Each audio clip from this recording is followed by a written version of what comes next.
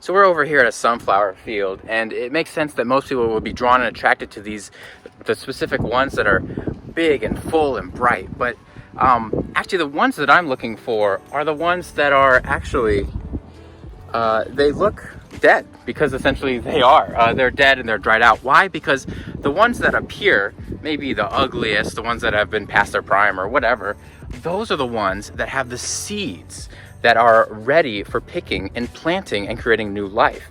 See, for the ones that are full and bright, those their seeds aren't mature enough. Their seeds aren't at the point where they could produce something big and powerful like itself. But once you see it droop, once it dries up, then it has the power to create new life and create multiple. So in a way, these may be better to look at, but the ones that are drooped over and that appear to be, past not being able to do anything, those are actually the ones that can produce even more. Those, if you want to argue, could have more life, because those could create hundreds and hundreds of more flowers depending on how many seeds are in there. And as I look about plants, right, I see the same thing with our lives. We always we look at somebody who just seems like, oh gosh, they have it all together and they're doing all this stuff, and so we put all this credit and all this emphasis on those things, and we want them. But in reality, sometimes when we're spent, when we use our energy up, when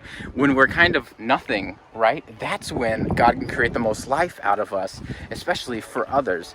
And the scripture actually even talks about it's not until a seed falls and dies that it can produce. And so now that I've been into gardening, I can see that these plants that are on the ground, these ones that are shriveled up, they're the ones that you could argue have the most life. It's not the ones that are up there way tall. Those have some life. Those can produce and maintain a little bit, but these ones, they're the ones that will end up essentially creating fields and fields if you let them. So if you feel like you've been dried up, if you feel like you've been exhausted, if you feel like you've been giving and giving and giving, and you feel like you've ran out of anything to give, that may be the perfect place to where you're going to start seeing life come. And I know it kind of seems contradictory, but the more you look at plants, the more you see that our life is a symbolism, and a lot of things that we do is like that. So if you feel like you're a little dried up, a little like there's not much to give, don't put yourself down yet, because God could be doing something very mighty and very powerful. And though you might feel like you're trampled on the ground, that could be where God is going to make the most life come out. And so I just encourage you that when you feel beat up like this guy, and you don't feel like you're bright like this one, God doesn't look at that. God can use you just the same, if not sometimes even more.